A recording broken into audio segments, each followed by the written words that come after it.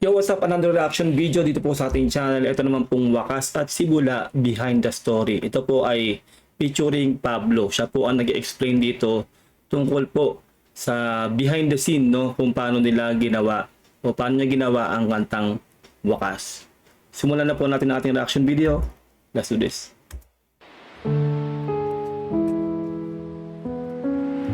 Behind the Story. What's up everyone, this is Pablo. Siguro, this is one of the most difficult songs that I wrote emotionally. Parang it took me months to finish the song. Usually hindi ako na mental block pagdating sa pagsulat. This time around, it was really hard for me to find the right words to put into the music. Parang habang sinusulat ko siya, hindi ko mapaniwalaan kung ano yung gusto ko sabihin. And also, I'm careful because I don't want something like that to manifest dun sa sinusulat ko. So, yun siguro yung isa sa mga nagpahirap sa akin sa paggawa nitong kantang. Ibig sabihin lang po talaga no na ito si Olbap talaga no. Bukod sa meticuloso siya gumawa ng lyrics, talaga pong yun nga, laging nandoon yung pag-iingat niya. No na walang ibang interpretation ang makuha ng mga fans o ng 18 no ng mga makikinig. No, kumbaga, hindi lang, 'di ba, yung ibang artist basta lang makagawa ng kanta, 'di ba? Ganun lang para lang mag-cater lang sa mga fans, no? Pero siya, niisip niya pa rin 'yon, yung pwedeng masabi ng makikinig sa kanta nila. If I may add also, I know naman ever since we started as a group, SB19, lahat naman talaga merong hanggan. And for almost 8 years now, magkakasama kami ng SB19. Marami na kaming ginawa, marami kami na-achieve. Nabuo namin yung One Entertainment. Meron kami mga nakasama na from the very beginning, nandyan na, up until now, nandyan pa rin sila. Grabe, no? Kung iisipin nyo, ganun na kasi sila katagal, 8 years. At tama yung sinasabi yan, no? Lahat ng nagsimula ay merong katapusan. At una-una, dahil ko rin sinasabi sa inyo, no, ang SB19 po talaga ay trentahin na sila. Hindi po forever ang boy band. 'Di ba? Kaya para sa akin talaga, kailangan na po talaga nilang i-grind, no? I-grind talaga nila tong yung goal na ma-recognize talaga sa international scene. Yun po talaga. Kasi nga unang-una, hindi na po rin sila bumabata, hindi nila forever gagawin yan, lalo po yung pagsasayaw po nila, hindi po forever ganun po yung galawan nila. Tumatanda po sila. At syempre, tumatanda na rin po yung fans nila o yung 18, 'di ba? Ganun po yun eh. Kaya para sa akin, no, para sa akin sana ibuhos na talaga ng 1C Entertainment lang lahat, no, para mai-promote ang mga artist nila, which is SB19 sa Sonara, si J2X, at marami pa pong ibang ilalabas ang 1C, di ba? Pero dapat talaga i-push na po ng todo ang SB19. Di ba po, internationally dapat ganun din, no? Although tumutulong po ang 18 sa pagpo-promote, no, sa SB19, kailangan po talagang mag-push hard pang ng matindi ang 1C Entertainment. Sila po talagang dapat lang gumalaw ng matindi rito para talaga ma-reach po yung goal, no, ng SB19. At isipin nyo, no, ang pinakamaganda sa ginagawa dito ng SB19, talagang nagre-reach out sila sa lahat, no. Talagang ginagawa na po talaga nila lahat. 'Di ba, nagbuusing nga sila ng 1C Entertainment, talagang hindi po biro yung ginawa nila na yan. Tapos ito na nga po, nag-cater na sila, naggumagawa na rin po sila, nag-create na rin sila ng panibagong mga grupo sa 1C Entertainment. Yan po yung Sonara sa si J2X, at marami pa pong iba yan na magiging project nila. Kaya yung nga sinasabi ko, dapat ang 1C Entertainment i-push na po ng matindi talaga ang SB19, dahil yun po talaga ang pinaka dapat na nilang gawin agad-agad, no? Kapag po may mga show po sila abroad, talagang i-promote po ng matindi, no? Para talagang kumalat na po talaga ang music ng SB19. Na-achieve, nabuo namin yung One Entertainment. Meron kami mga nakasama na from the very beginning, nandyan na, up until now, nandyan pa rin sila. Meron naman mga bagong dumating. Ganun talaga yung nature ng mga bagay-bagay. Meron talagang dumadating, merong nawawala. Tama. That's the reality of everything. It's just, siguro somehow, meron din siyang kirot. Nakapag-iisipin mo na yung idea na matatapos din yung lahat. Ano talaga no? Inevitable yun no? Kahit sa buhay natin, diba? Pinanganak tayo, ang ending natin, mamamatay tayo. Real talk.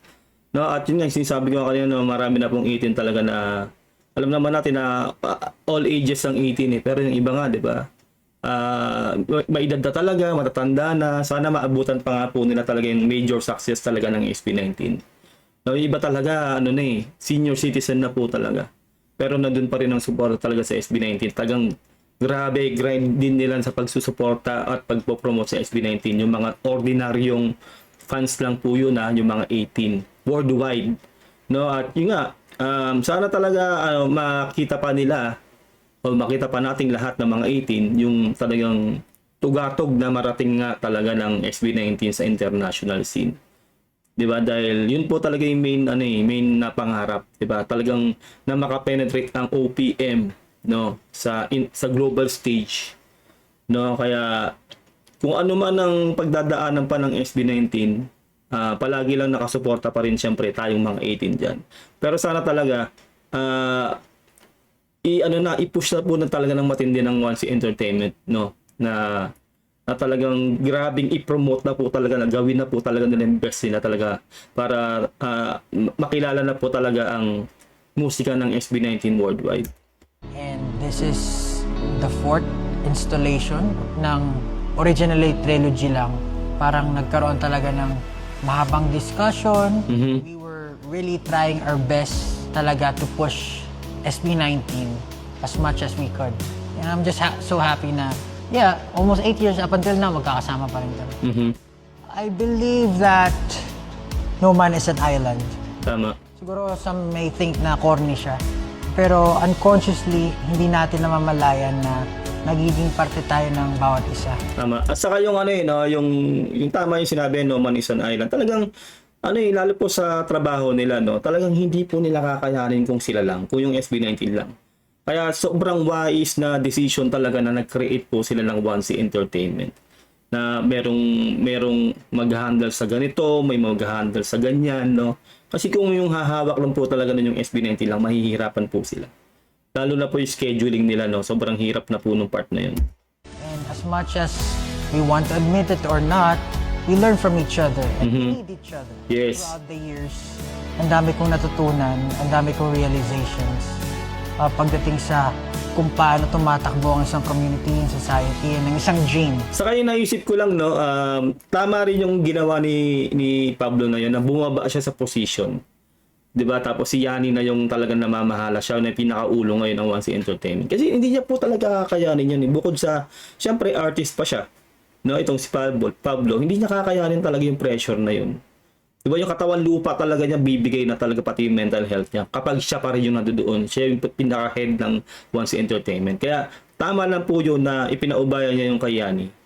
'Di ba? Yung pagmamanage talaga ng 1C Entertainment. Ang galing lang na talaga nun.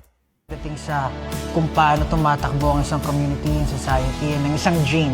Kami yung nakikita na nasa harap pero maraming tao behind. Tama. Na talaga naman nagtulong-tulong para maisagawa tong ganitong klaseng project. Kaya palakpakan po natin ang buong lahat po sa 1C Entertainment. Lahat po yan, mga dancers, as in lahat po. 'Di ba po, hindi po talaga biro yung kanilang trabaho actually. At yun nga po, yung naging sugal po ng SB19 na kinreate po nila yung 1C Entertainment. Sobrang hindi po madali yan. Kumbaga, kung tutusin, wala silang gaanong knowledge, no? Sobrang babata pa ng SB19 para mag-handle ng ganyang katinding business. Diba, yung kumpanya na yan na 1C Entertainment. Pero so far, no? So far naman, smooth sailing naman ang nangyayari siguro sa 1C Entertainment. Although, syempre, kung mayroon man sila mga nagiging problema dyan sa loob ng 1C Entertainment, hindi na natin nalalaman yun. Hinahandle na po ng matindi ng 1C Entertainment yan. Pero malaking kudos po talaga sa lahat po ng involved dyan sa 1C Entertainment at syempre sa SB19. And it really paid off. Maraming mga tao na na-appreciate yung mga ginagawa namin. Maraming may na-inspire, which Yes. naman talaga yung goal namin.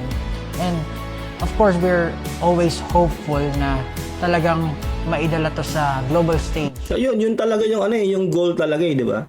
Na madala sa global stage at nakakawindang lang talaga na ngayon lang, no, this era lang po talaga na to na nare-recognize na talaga ang OPM artist. No, pure Pinoy OPM artist. 'Di ba, globally. Dahil yan sa SB19. 'Di ba talagang talaga yung kataga na sinasabi nila, kung gusto mo kakayanin mo di ba? Diba? Kung gusto mo may paraan, kung ayaw mo may puro dahilan, ganun, di ba? Tama yun. Di ba? Kasi ito pong SB19, no? Through thick and thin, galing talaga sila sa baba. Di ba? Walang suporta ng kung sino. Tanging fans lang ang nakasuporta sa kanila. Pero tingnan nyo naman kung nasaan na sila ngayon. Di ba? Magiging matinding inspirasyon sila itong SB19 sa ginawa nila na yan. Kumbaga nakayanan nila. Talagang ano lang na talaga yung lakas ng loob at sugal. Sumugal sila sa pangarap talaga nila.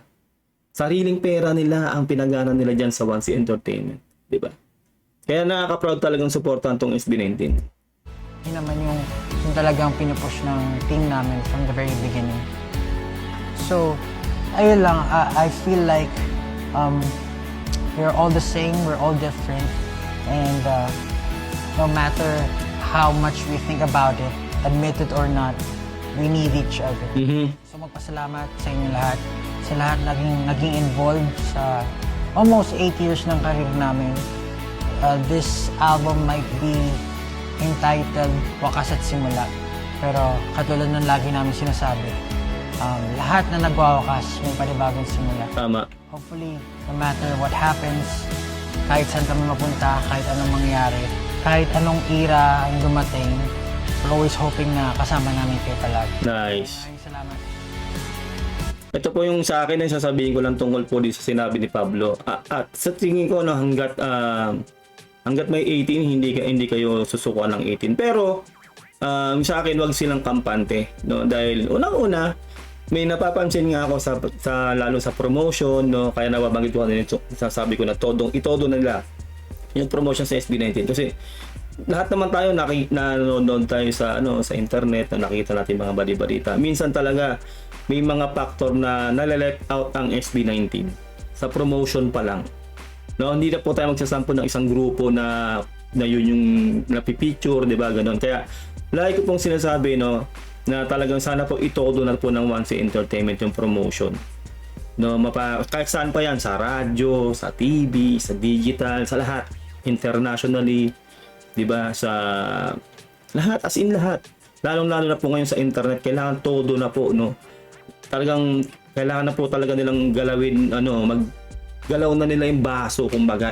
Paganahin na nila lahat, maglagay na rin sila sa mga ads, no. Mag-i-ads na rin nila yung SB19, 'di ba? Yung mga billboard, ganoon, 'di ba? Lalo sa ibang bansa dahil papunta na nga doon ng SB19, kailangan po talaga ng matinding promotion na. Kasi po hindi po kakayanin talaga yan ng mga fans lang. Although yung fans talaga, yung 18, tumutulong talaga sa promotion. Pero hindi po talaga kakayanin na pag ganun lang. Kailangan po talagang kumilos sa proof talaga ng 1C Entertainment dito. At talaga namang sinasabi ko sa inyo, no, hanggat may SB19, hindi susuko sa pagsuporta ang 18. Di ba? Yan ang minahal talaga ng matindi ng 18. Dahil nakita talaga ng lahat ng 18, tayong mga 18, kung paano itong 5. Diba? Kung paano sila, yung ugali nila, diba, napaka down to earth. Yun po talagang pinakamalaking factor nila, yung ugali nila.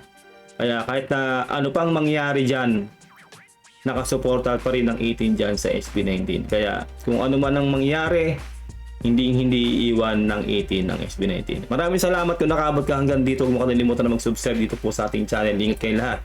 Till next time, God bless and peace out. Bye.